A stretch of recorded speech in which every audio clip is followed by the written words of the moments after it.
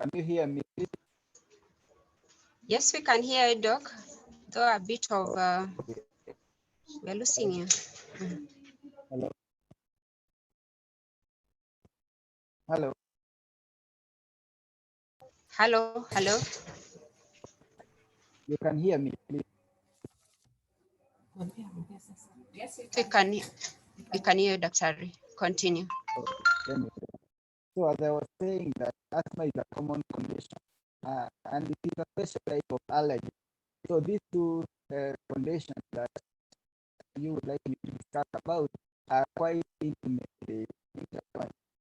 But there are certain differences amongst it, and these differences are key when you are managing patients who have got.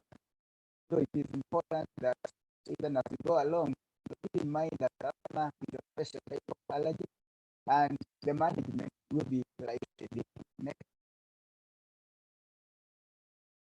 Next slide. Hello. Hello. Hello, Dr. You can just, we can't hear you clearly. It's breaking. I don't know whether it's my internet is a problem. Hello. Yes, yes, Doc. You can now hear me. Please go to the next slide.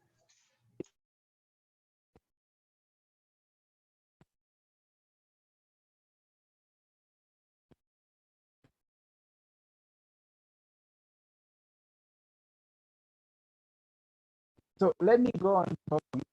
She tries to, yes, thank you very much. So as I was saying, allergy is a common problem. So what is allergy? Allergies are conditions which arise in the body's immune system overreact to foreign substances. And these substances are called allergens. And these are usually not triggering any problem in many people. For instance, pollen, certain foods like nuts, honey, different proteins, even found in common things like avocados, oranges, and so on. Many people will consume these things and they'll have no problem. But for a person who has allergy, once they consume these things, certain processes go on in the body and they have symptoms. And these symptoms will vary. Some get skin symptoms, chest symptoms, abdominal symptoms. Some will even have muscle problems, brain problems. So there are many things which can present after one has had an allergic reaction. For most people, allergies are quite mild, but there are some people who have allergies that can either kill. For example, severe acute asthma, or people who have a severe allergy called anaphylactic. Please go to the next slide so that we Hello, Doc. Dr. Waweru. You are not audible, Doctor.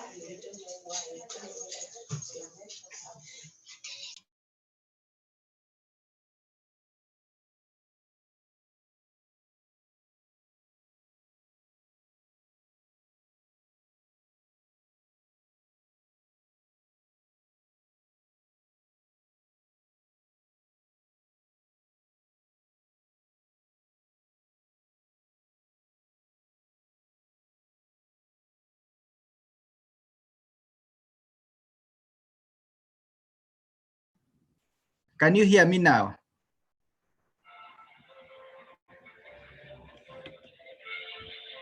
Hello, can you hear me now?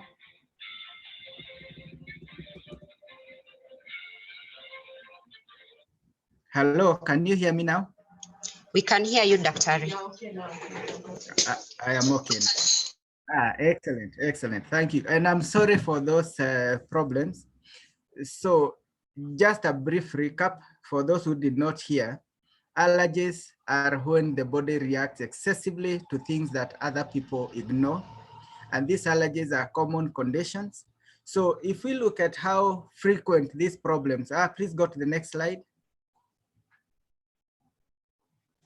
There is a study which was done in this country, because many times we like talking about America, UK, and so on.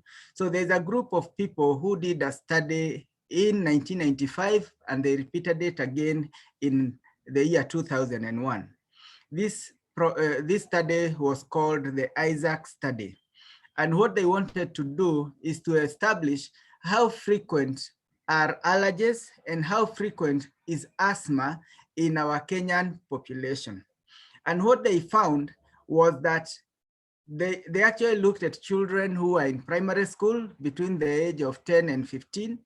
And you'll be surprised to find that when they asked questions to these children and to their parents, almost a quarter of the children, so if they had I think 3,000 students, more than a quarter of them, or close to a quarter of them, had had wheezing at some point in their life. They also asked how many of these children get recurrent running nose and sneezing, what we would refer to as rhinitis. And you'll be surprised to find that almost half of these children had this problem. They also asked about itchy eyes, and there too, a quarter reported an episode of itchy eyes within the preceding 1 year. They also asked about skin allergies, what we call dermatitis, and you'll be surprised to find that almost 30% of these children had this problem. So this issue of asthma and allergy is quite common, not just in the children, but also in the adults. So when we are looking at this, it is a really common problem. Next slide, please. So what happens? How do we end up with allergies? Please go to the next slide. Really what happens in allergy is that the body becomes sensitized, or it becomes too sensitive to certain things.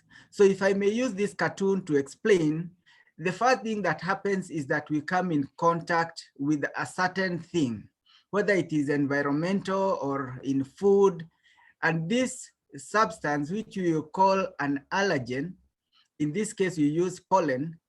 When a child is born and they go out into the field and the trees are flowering, the grass is flowering, they inhale this irritant, or what you call an allergen. When the allergen gets into the body's immune system takes it up and recognizes it as foreign. The normal way the body fights foreign things is by creating certain chemicals which we call antibodies. And these antibodies are therefore generated to fight against an allergen, in this case, pollen. There's also sensitization of another group of cells, which we call mast cells. Mast cells are very, very good at producing chemicals to fight against infections or other foreign things. So in this case, the pollen has been identified as foreign, and our body prepares to fight this foreign thing by sensitizing the mast cells to produce these chemicals. The most powerful of these chemicals is histamine. So in future, because these cells now have been trained to recognize pollen as foreign, in future, if there's a repeat contact, the body quickly produces antibodies, and these antibodies are already on the mast cells. So this process is faster and also more vigorous than in the previous period when the sensitization was occurring. So every time that a person gets exposed to the irritant, they get a reaction where certain chemicals are produced, and these chemicals lead to certain reactions in the body. These reactions are what we call an allergy. And these reactions can be from any surface, whether it is the eyes. This is where you find children keep rubbing their eyes become watery, their eyes become red, and this happens also in adults. You may also find skin changes. People have running nose. They may start having a cough. They tell you that they feel that their throat is irritated. They keep clearing their throat all the time. They are clearing their throat. In severe cases, you may find that they are getting lung symptoms where they start coughing, they are wheezing, they are getting chest pain, chest tightness, and so on. This is when the allergy is affecting mainly the upper airway and the eyes. But remember, a similar process can occur which will affect muscles. will affect the intestinal system. And if muscles are affected, for example, the patient feels generally unwell, weak, has muscle pains, and so on. If it is the intestinal system which is affected, for instance, a person who has allergy to certain food substances, especially different types of proteins, as can be found in honey, avocado, oranges, and so on. When this, remember even things like fish, mutton, and so on, when these products get into the body produces a very, very vigorous, exaggerated reaction, and therefore they can have abdominal pain, nausea, vomiting, diarrhea, bloating, and so on. So when we are looking at allergies, one, it is a condition which can affect any aspect of the body, any system in the body. And we must recognize that first there is sensitization. Sensitization basically means putting the body at high alert. And then when there's a subsequent exposure to the same allergen, the body reacts excessively. We can go to the next slide, please. Next slide, please.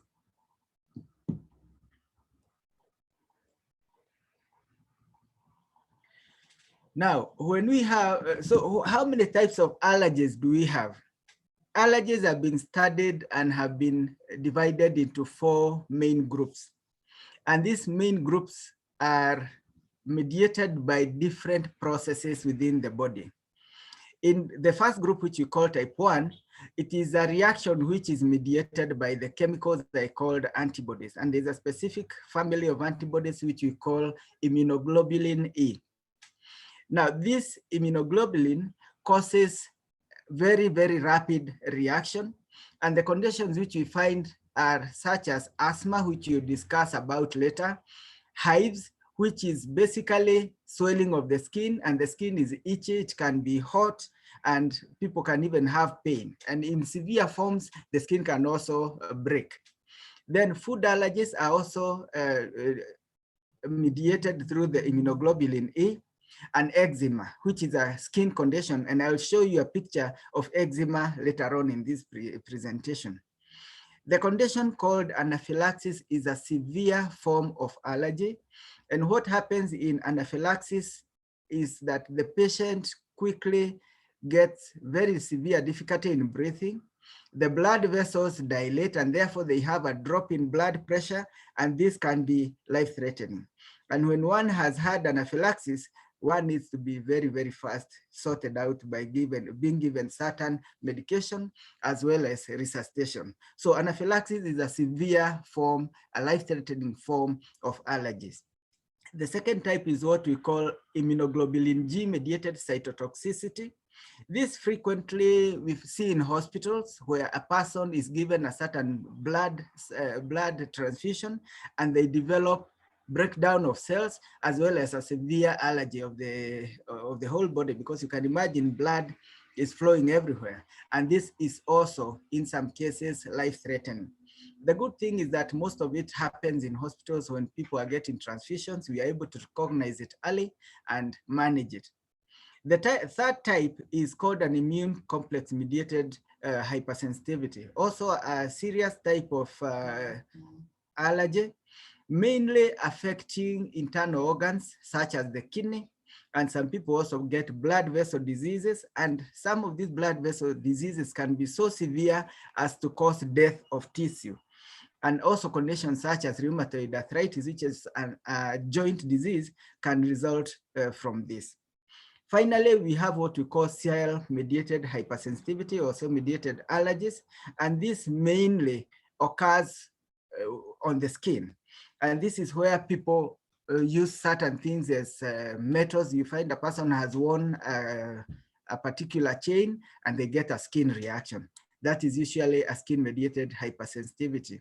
There are other type of that hypersensitivity. For instance, when people use gloves, different types of like latex gloves, and they get that.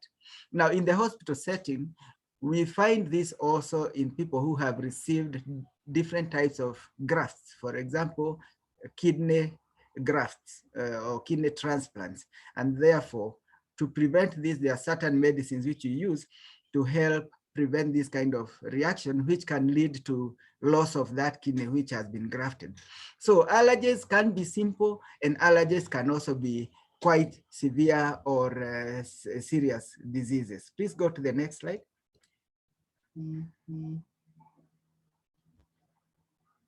Please go to the next slide.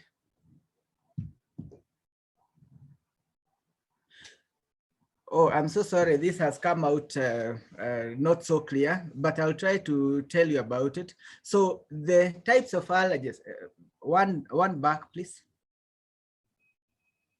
Please go back one.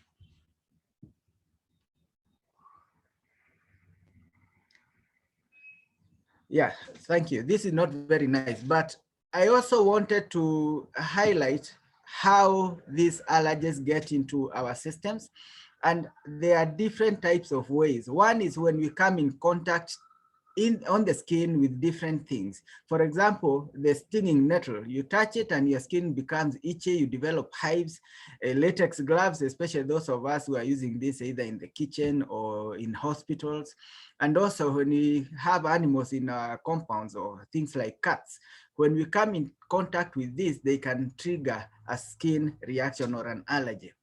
Then we can ingest some of these allergens. For example, one takes medicines. Commonly, we find penicillin allergy or sulfur allergies. Then there are people who eat certain things after ingesting them, like shellfish or different types of sea animals, and also some types of nuts, such as peanuts. And also one can ingest milk, and there are some proteins within milk which can lead to allergies, which can cause nausea, vomiting, bloating, diarrhea, and so on. Then there are the injectable allergies, and this can be natural injectables or artificial injectables, where we are talking about medication in the artificial ones, and then things like bee stings, wasp stings, scorpion stings. All these are ways in which you can get an allergen injected into our system. One of the commonest types of allergies is the inhalation of allergens, and these are things like mold, pollen, dust, and animal dander can also be inhaled and trigger an allergic reaction. Let's go on, please. Here, in the next slide, I would like to show you some of the reactions we get in the skin. And you can see on the left upper corner, that is a reaction we call hives. All those swellings of the skin, and it can be itchy, sometimes painful, and can break down. On the top right side, that is what we call eczema. This is a common finding, especially in children who have allergy of the skins, and you'll find this just near in front of the elbow there. You'll find the child has been itching, scratching. Also, you may find it at the neck, or you find it behind the knee. So this is what you call eczema. The baby, beautiful baby down there with an allergy on the cheek, this is also eczema in a child. And the young lady, bottom right side, is manifesting sneezing, running nose, painful eyes in a person who has allergy or rhinitis. Next slide, please. Next slide, please.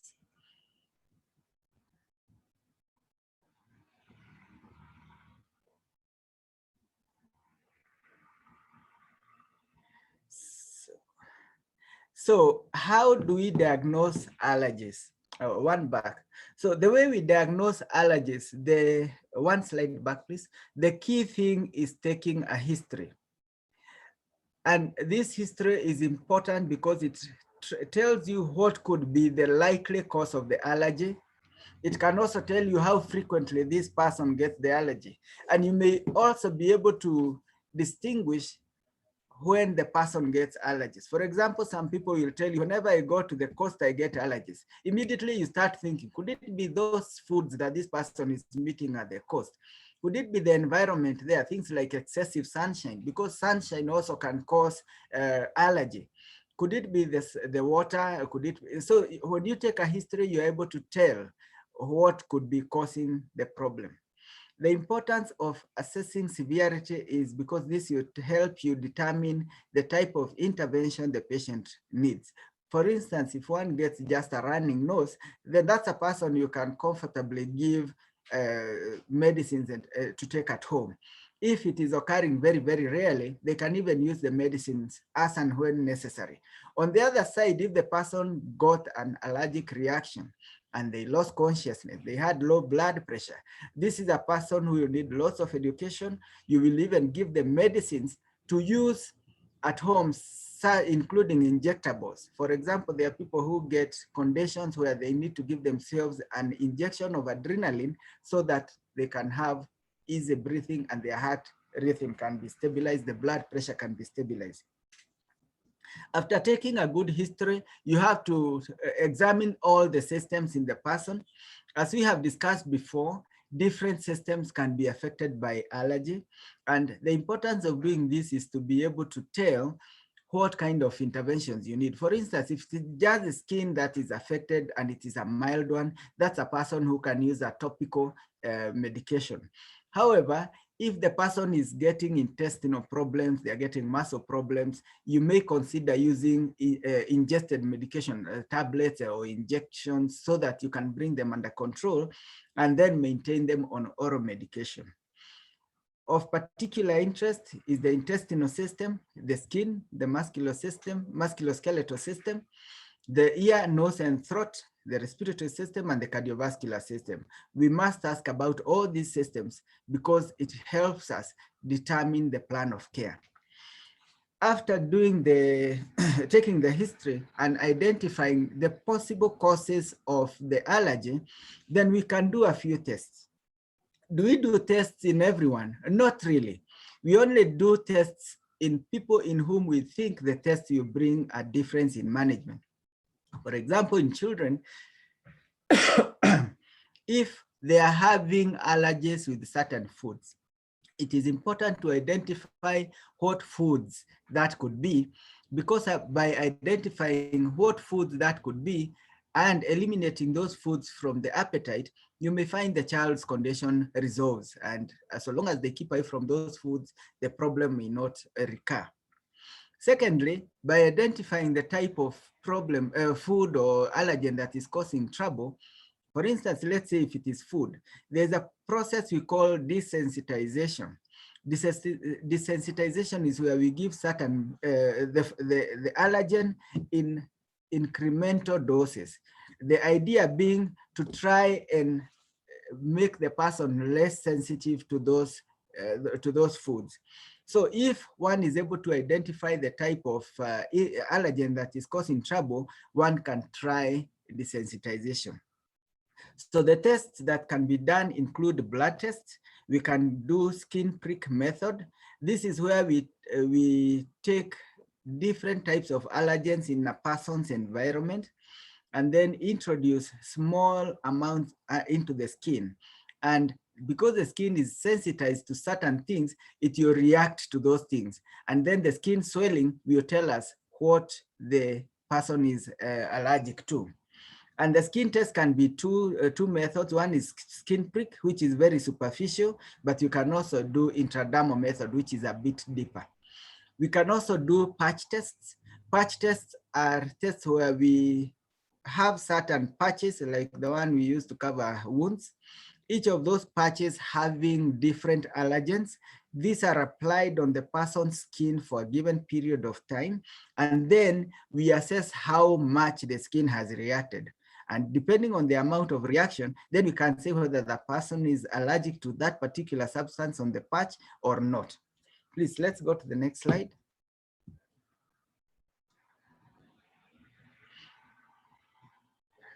So after identifying what problem it is, then we have to manage the problem, the allergy.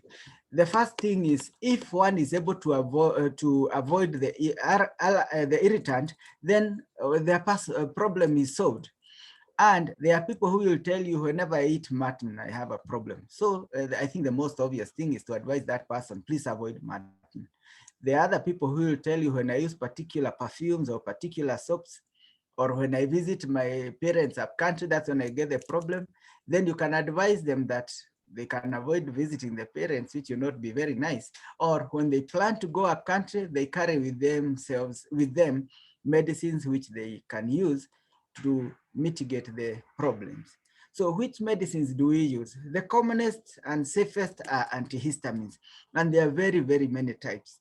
The key thing to note with antihistamines is that one antihistamine may not work for everybody. One antihistamine may work for a person, and then a few weeks, a few months down the line, the relief is not as good as it was before. So one has to keep monitoring, and if the person is not responding to that particular antihistamine, there's room to change to another family of antihistamines. The other group of medicines we use are steroids. These ones we only use for severe allergic reactions, and we also try to use them for short periods of time. One thing we may realize is that steroids come in different formulations. There are syrups, there are tablets, there are creams, and so on.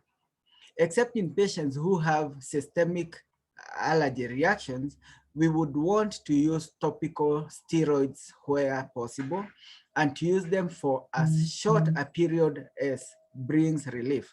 For instance, if a person has allergy which is affecting the eyes, or allergic conjunctivitis, we would like to use eye drops rather than tablets or injections. If a person has skin allergy due to steroids, if the area is very small, for instance, in the pictures I showed you, you may find that the area affected is just the face or just the arm.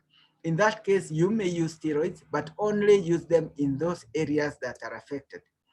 If, however, a person has a systemic severe allergy reaction, then one can use systemic steroids, but for a short period of time. What I mean is, you can use oral or injected steroids for a short period of time.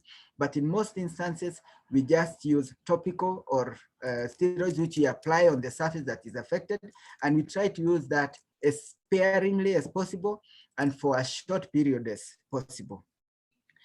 And finally, I had mentioned about adrenaline. This we use mainly for those very severe attacks. And indeed, there are people whom we give the adrenaline injection. It's a specially made injection, which anyone can use so long as you're trained. And if they discover that they are getting into a severe allergic reaction, they use the injection themselves, because sometimes they may not even have time to get to hospital. But these are very, very few cases. There's also room for combining these medicines. For instance, if a person comes with a severe allergic reaction, we may use steroids and antihistamines initially, and then maintain that person on antihistamines for the long-term management. Dosing of all these medicines depends on symptoms. When symptoms are low, then gradually we reduce the medication. And if the patient can stay without medication and they are comfortable, then they stay without medication. Next slide, please. I think I had already alluded to desensitization, which is where we give a person the allergen in gradually increasing doses, but this has to be done in a hospital setting. Now let's talk about my pet subject, asthma. And this is a special type of allergy. If you remember the slide I had shown, it is in type 1 type of reaction, and therefore it is generally mediated by the IgE, immunoglobulin E. The key message to take is that, one, asthma is not the same for everyone. Different people will have different manifestations of asthma. And therefore, sometimes a person comes and all that they are doing is coughing, and you tell them you have asthma. And they tell you, I don't have asthma because my mom also has asthma and she wheezes, I've never had a wheeze. So different types of, different people will present with different manifestations of asthma. The second thing to recognize is that asthma is a chronic airway disease. It is chronic airway inflammation. The importance of this is to recognize that asthma will not be treated like the simple allergies where we use antihistamines for 3 days, symptoms gone, stop. With asthma, the treatment is long-term. Indeed, what we recommend is that one uses their medication. If they have good control, then we wean them off the medication over months, not just over a few days. So if one tells me that they have had asthma and they have had good control with the medication they are using, I will tell them to use the medication for several more months as I slowly reduce of that medicine. Now, the key features of asthma are respiratory symptoms.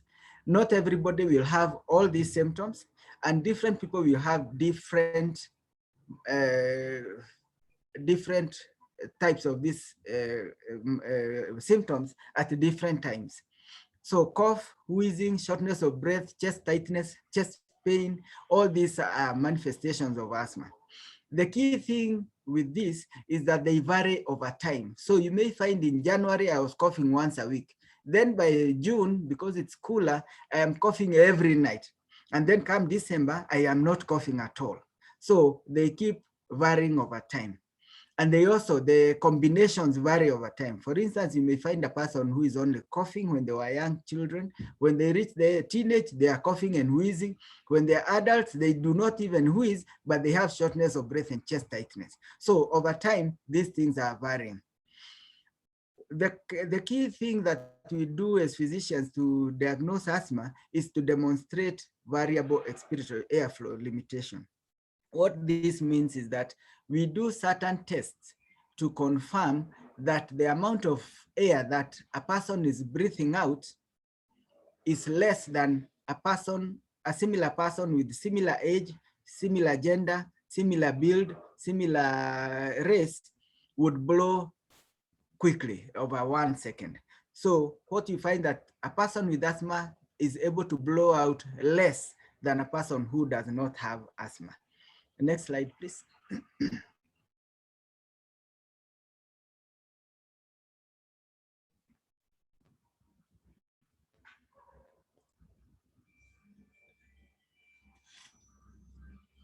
So is asthma a common problem for us? Please go to the next slide.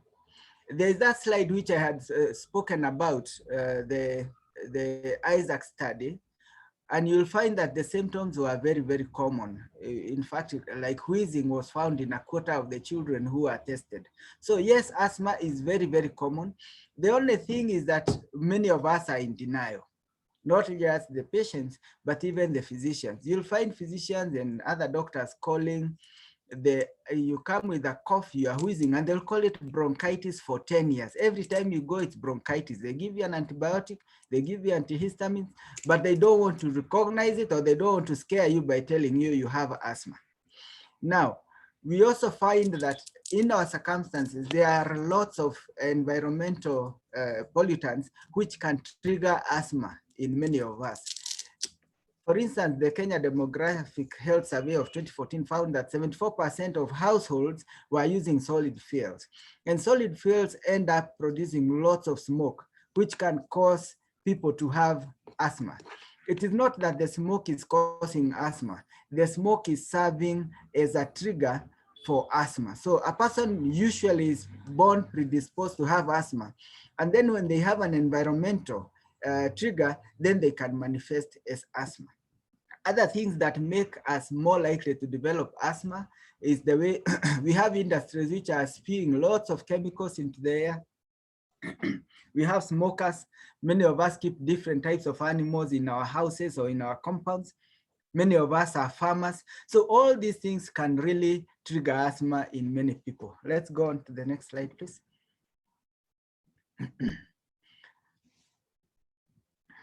So how do we diagnose asthma? As we have mentioned, the key thing is to, just a minute, please. Hi, Zainab. Yeah, the key thing to recognize is that symptoms are very, very important. The history is very, very important. And then we do certain tests to determine whether one has a limitation of airflow. And the test that we do, as we can see in those pictures on the left side of the screen, is 2 tubes. Those tubes are called peak flow meters. And we use this, and the patient is given one of these. They go home with it, and they blow 3 times in the morning, and they blow as hard as they can, and they blow again 3 times in the evening. And then we see the difference between the best in the morning and the best in the evening, so that if they pass a certain range, then we know that that person has a variable expiratory ability compared to morning and evening. The better test to do is on the right side of your screen, and this is called a spirometer. We do spirometry and we measure the amount of air one is able to blow, and then we give that person a medicine which is supposed to open up the airway. If a person has asthma and the airway was a bit narrowed by asthma, that medicine is able to open up that airway. And therefore, when that person does the test again after receiving the medicine, there is a big difference between the first time and the second time. If the person improves by something like 12%, or the amount they're able to blow increases by 200 milliliters, then that person is confirmed to have asthma. Finally, it is always important to make sure that we have the right diagnosis of asthma. We will recognize that very, very many things cause a cough. For instance, right now, we have COVID infection, which can cause a cough in very many people. There are very many conditions which can cause wheezing, including heart failure, kidney failure, and so on, or even material in the airway. For example, in children, sometimes they swallow peanuts, and that can cause wheezing. In adults, some people have growths within the airway, which can cause wheezing. So we must always make sure we are not dealing with those other things, which we call mimics. Next slide, please. After making the diagnosis of asthma, we have to manage the patient. And to be able to manage the patient, we need first to see how severe is this patient.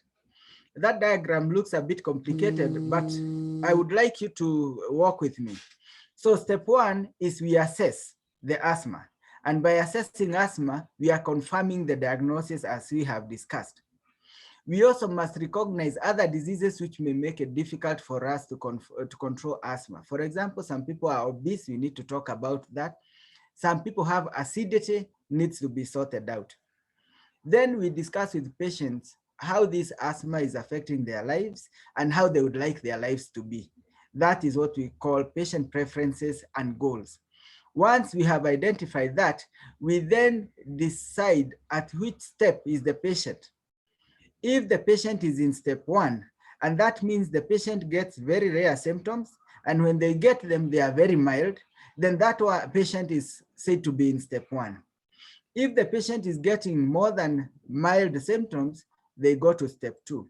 And those patients who are getting very, very severe symptoms, they have been on multiple asthma medications and they are not improving, we put those patients in step 5.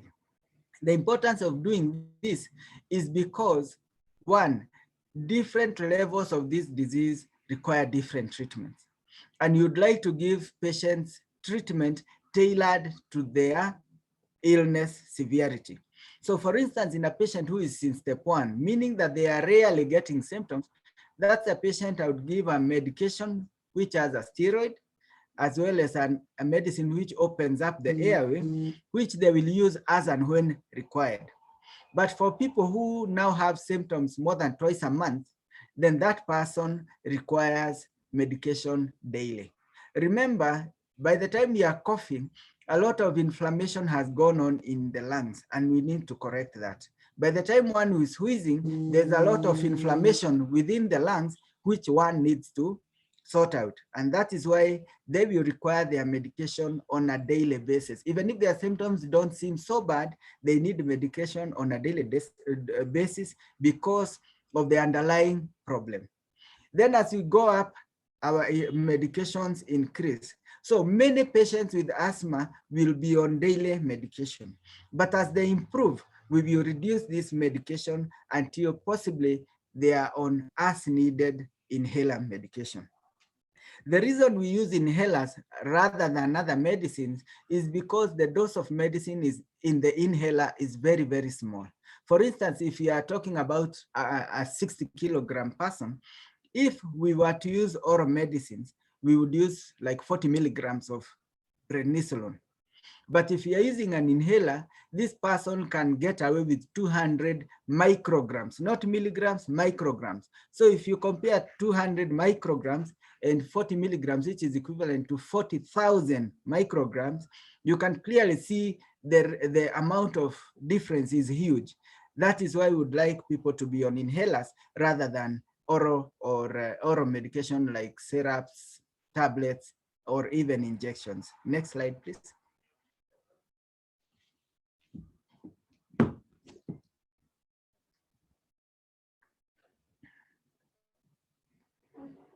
So in terms of management, the key thing is to educate our patient, tell them what asthma is, that asthma is very, very common. In a study done in Kenya a few years back, asthma was found in 5% of the population. So for every 20 people you see, you'll find that one of them will have asthma. Then people need to recognize that asthma can happen to anybody, whether they have a family history or not. Asthma is lifelong, but it is a disease which will occur, then stop, occur again, then stop. We also need to recognize that asthma is not an infection. Frequently, people who are misdiagnosed as having bronchitis, having pneumonia, and all they have is asthma, end up receiving courses upon courses of antibiotics, which is not a good practice, and it puts them at risk. Some people also fear that because they are coughing so much, they may infect their people, especially these days when there is COVID. So in this particular case, it's important for the patient to know that asthma is not infectious. We also need to know that the asthma medication come in different devices, such as inhalers.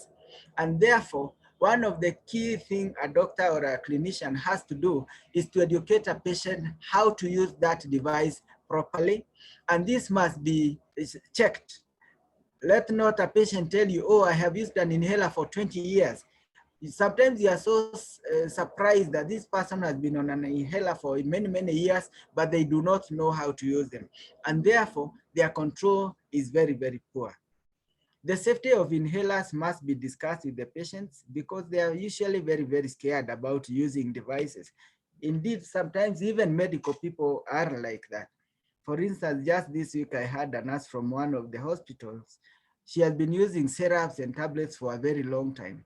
So when I shifted her to an inhaler, she was really sad. She even cried in my office because now she felt her disease had become more severe, and that's why I'm giving her inhalers. But I had to sit with her and explain to her that inhalers have less medicines, but because the medicine is going where it is supposed to work, then the effects are better. It's also very, very important to reassure patients and also tell them that with proper treatment, control of this condition can be achieved. Let's go to the next slide, please.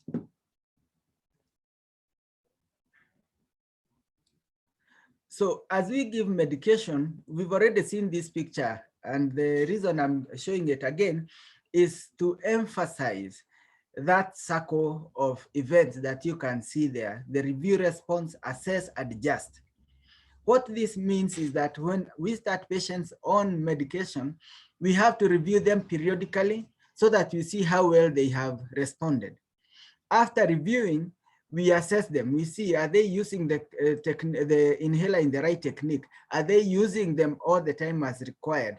Are they adjusting their doses as educated? And if all this is happening, then we may have to adjust the medication. If they are better, we reduce the dose. If they are not well controlled, we adjust the dose, or we can introduce a new medication to bring them under control. After making that adjustment, you give them an appointment at an appropriate duration so that you can then review your response. And two things can happen. When you review the response, you may find the patient is doing very well. You reduce the dose. You may reduce until a time comes when you go to as needed medication. On the other hand, your patient may move from step 1 to step 2 to step 3 because of changing circumstances. For example, if a patient was living in a very clean area with clean environment and moves to a town which is more polluted, you may find that they go out of control. And in that case, you may have to increase your dose. Or like now when it is becoming a bit cooler, or and it may start raining soon, it has been very dusty. All those things can make some patients go out of control, and therefore you may have to adjust their doses as required. Please move to the next slide. So there are some myths which we encounter when you are managing this asthma. And one of them is that asthma or allergies are an infection.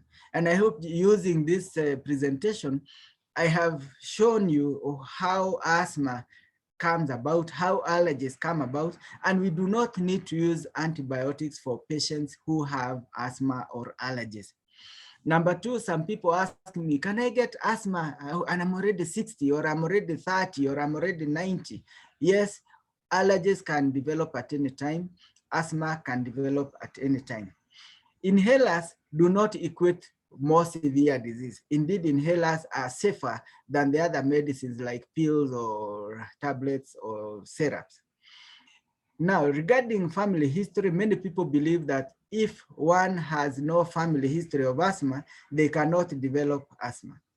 But what we do know that, yes, indeed, because these are genetic conditions, if one has one, let's say a couple, if one member of that couple, a man and a female, if one of them has asthma, a quarter of their children may have asthma.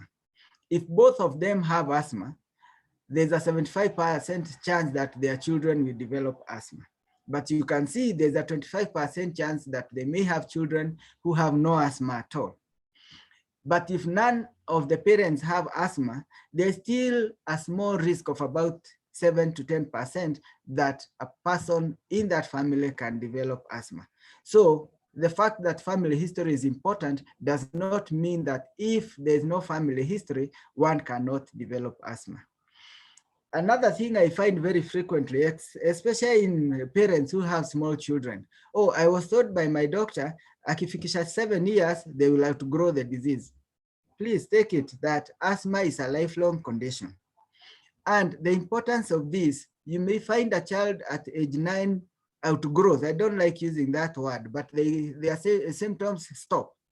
And then when they reach high school, they go to a colder area, they start coughing, wheezing, and so on, and they are treated forever as pneumonia. You find a parent, like just yesterday, a lady was telling me, when my child went to high school, every beginning of the term, we know he'll come back because he gets an infection. And I'm trying to convince her, really, that is not an infection because the child never has any fever, and it is pure asthma in terms of coughing and wheezing and chest tightness. So it is important to always remember that people do not outgrow the disease. The disease's nature is such that it is an on and off condition. So if it goes off, and therefore one is not having symptoms, they can stay for many, many years without symptoms. But should the symptoms recur, it has to be remembered that this is an asthmatic. They never outgrew the disease. The disease just kept quiet. And I think with this, I'll come to the end of my presentation. And now I will look at some questions. Okay. Yeah, there's someone who has said that they are looking forward to an explanation on sinusitis and sinuses. There are two main things I would like to talk about with sinusitis or sinuses. Sinuses are basically small cavities around the face, above the eyes, around the nose. And these ones can get infected, or they can have an allergic reaction. So if one has a fever or they are getting any very, very bad discharge, it's important to exclude an infection. However, for current sinusitis, this is more likely to be an allergic sinusitis. And the management is not more and more antibiotics, but rather medicines to tackle allergies such as antihistamines if it is not so severe, and occasionally we may use steroids. We also may use steroid nasal sprays to control sinuses. Someone is asking, is lactose intolerance an allergic reaction? Yes, it is. As we have discussed, there are certain allergies which affect the intestinal system. So lactose intolerance is an allergic condition. Are allergic reactions as a result of nature, biological composition, or nurture? That is environmental exposure. I think I've alluded to this during the presentation, that one is born predisposed to this condition, but when they get exposed to the environmental problem, and remember the environment may be internal or external. For instance, in asthma, some people will have a reaction when they are very happy or when they are very sad. So when we are taking our history, we should ask that. Things like periods also can lead to an asthma attack. Are inhalers safe? Yes, they are safe. Are they having long-term side effects? They do, but you can mitigate this. I have been allergic for my entire life. This has intensified.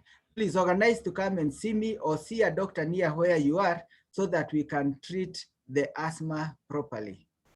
Thank you for presentation. Thank you for APA question. Is lactose intolerance? I think we have already talked about this. Do you recommend humidifiers to help manage allergies? Now, humidifiers, many people use like steaming and they get some relief from it. If one gets relief from it, that's okay. But they are not the actual, these are what you'd call adjunct therapies for relief. So if one is helped by this, that's okay. But personally, I don't recommend them because they do not have scientific basis. It's not easy without audible use of inhalers. I think we have talked about. Someone is talking about osteoporosis related to use of inhalers. It is a very, very low risk problem. So it is not something that one would be worried about. This is Anne Karanja. Can masks trigger asthma? Yes, asthma can be triggered by asthma. This is Charles. And one has to be careful the type of masks they are using. If you find one is causing trouble, please look for a different type. Can one combine antihistamines and steroids? Yes, I think we have already discussed this. Could cough after taking a bath be considered allergy? Yes. How do you want to manage? See if you are reacting to the soap. Sometimes the humidity in the shower room or in the bathroom can trigger this. So you may want to see a doctor so that you see how you can mitigate that. How do you differentiate clearly between allergic bronchitis and asthma, say in a child? Allergic bronchitis, really, I would call it asthma. How is usefulness of allergic panel to test an adult? Now, the panels are more useful in children more than in adults, as I have discussed before. But there are some adults who have very severe reactions, and you would want to exclude some things in their environment to be causing this. And therefore, in that group of patients, not every adult patient with allergies needs an allergic panel test. In absence of what can one do to manage the attack or open airways? During an asthmatic attack and in the absence of medication, that is a very dangerous situation. I think the best one can do is to quickly get medication because things like steaming may make the situation worse. This is terenjogona. What we advise our patients is that they need a medicine all the time. So when you give inhalers, we give extra. One to stay in the bag and one to stay in their regular place, whether it's the office or at home. Even when they go up country to visit Longonot or to visit wherever, they should always carry their inhalers. This is part of the education. Air condition and the effect of asthma. For some people, because of the moisture and the cold air with air conditioners, asthma can be triggered. In those, we advise good control of asthma. If they can avoid air conditioners, then they sort it out. Carol, is coughing from throat allergy? Well, cough has very, very many causes. History is what will help us determine what is causing the cause. Hilary Koros, can you share the presentation? I will ask APA to do that. Is lactose intolerance curable? As with all allergies, not really, but one can develop tolerance. I think we have already discussed this during the presentation. Are allergies and asthma pre-existing conditions that can risk an individual's life when he/she contracts COVID? Now, if asthma has been well controlled, COVID behaves very well. If asthma has been badly controlled or is out of control, then people who have COVID and that kind of asthma perform poorly.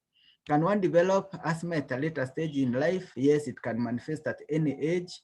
Dr. Waweru's contacts, APA will do that. What are your chances of survival if you're asthmatic and you get COVID? They are good if your asthma has been well controlled. Is it advisable to use salbutamol and prednisolone tabs together? We don't use salbutamol tabs anymore because of the side effects. Prednisolone tabs are only used with severe attacks and only for short periods of time. Inhalers are what we use all the time when one has allergy. Please also comment about rhinitis, skin thinning due to inhaler use, and how to correct these sublingual allergy tablets that are now emerging. So rhinitis, I think we have already discussed. The key thing is, if it is mild, you can use medicines, PRN, especially steroid nasal sprays. Skin thinning due to inhaler use can happen, but it's rare. And therefore, that's why we keep requesting our patients to come to the office so that we can pick these side effects, such as sore throat due to oral thrush, osteoporosis due to bone weakness, skin thinning, although these are very, very rare side effects of inhaled steroids. Sublingual allergy tablets, these sublingual allergy tablets contain different medications. Those that contain just antihistamines, the reason they are giving them sublingual is because they believe they are absorbed faster. But really the same drugs as are used with in the usual cases. What I would only like to advise, please avoid steroid sublingual allergy tablets. A family member, Symbicort, requires deep inhalation, unable to do that. Can this result in resistance after sometimes rendering the inhaler ineffective? Number one, inhalers do not develop resistance, but their effect can be reduced if one is not able to achieve good inhalation or technique. So what I would suggest, there are many other medical delivery devices which one can use. Please ask that, this is Francis Saha, ask that family member to discuss the inhaler technique with the physician, because there are very, very many other types of inhalers that one can use, some of which do not require a deep inhalation. Kindly, how can one cause what is causing allergy? Mainly foods. It's mainly doing taking a good history. This is Francis Munyi, taking a good history, as well as testing. If one is not sure, you can do the testing we discussed above. How can we help our lungs cope better? Exercise is very, very important. Are there particular foods which help the lungs? I wouldn't say so, but one should eat a broad spectrum diet. But exercise is very, very important. And also we avoid being obese. Is there food we can avoid? As we always say, avoid sugar and honey and things like that. How can I know if my cough is asthma? History, just on history. So please visit a clinician to advise. With the current COVID, are we seeing symptoms somewhat similar? Do we need to? So when one has any respiratory symptoms, it is important to see a clinician so that we can determine what exactly is causing trouble. How can one know they have allergy with bee sting? You'll get swelling, you'll get, okay, the allergy manifestation will vary. There are people who just get local swelling and redness and pain, but there are people who can have life-threatening allergy after a bee sting. So it depends. Have you been predisposed to severe allergies? Have you previously been stung by bees and got a bad reaction? Then you can determine. What's your take on herbal medicine? Herbal medicine, I'm not an expert in herbal medicine, but as far as I know, there are no herbal medicines which are good for asthma. So please use the medicines which are well known. There are some Indian and Chinese medicines which they say helps asthma, but I'm not an expert, so I may not be able to discuss much.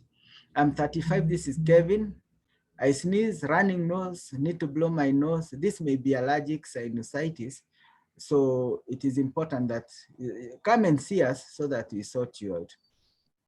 You visit either an ENT, this is Kevin, either an ENT or a chest specialist. Is asthma genetic, not generic? Genetic, this is Julius.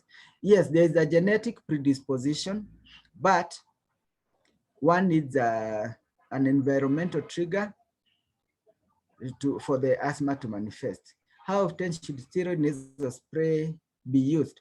Now, it depends. There are some which are used once a day, the others used twice a day. As with all allergies, it depends on how severe the allergy is. If the allergy has been quiet for some months, one can discuss with their doctor in terms of using the medicines for short periods as and when required. So depending on the type of inhaler you are using or nasal spray, you can use once or twice. With bee sting leading to anaphylaxis, how can one know before so that to be prepared? The only way to be prepared is avoid bees. Oscar Obonyo, no question. How often should I steroid nasal spray? I think we have discussed this from Kagala. I think all questions are handled. Let me see if there are any hands up.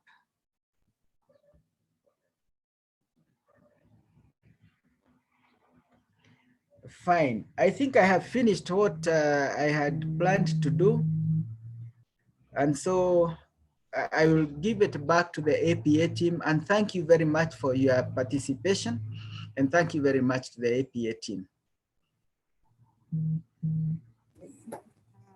Thank you, Doc. Dr. Waweru, we've gone through all those, and we really appreciate, on behalf of all of us, the APA senior management, the APA medical team, and the APA as a whole. We really say a big thank you to you for taking this chance, for sparing your time and honoring to our call to take us through all this, to take us through the asthma and the rest of the allergens. I know most of us also have had an experience of an allergy in one way or the other. You've coughed, you've sneezed, you've had a running nose.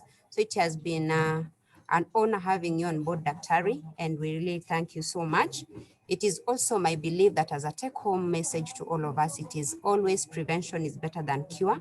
So as we go about our daily duties, our daily work, prevention is key. And if that happens, if there is that allergy, we've been told there is always the management bit that you can also embrace. So as we log off, as we go on, we say thank you, a big thank you to all of our participants, all of our guests. I know we've logged in from all over, not only APA, but other companies. We really appreciate and we honor that. So as we go, this is a message we take to all of us, those who did not manage to log in. Let's teach another person to live a better life. Let's teach our community. Let's teach our families. So thank you so much. In case of any other questions, feel free to forward them to our APA CDM wellness team and also APA case management team. We can always handle, and we can also share with Daktari to give more elaborate answers on those questions. Thank you so much and have a lovely day. Thank you.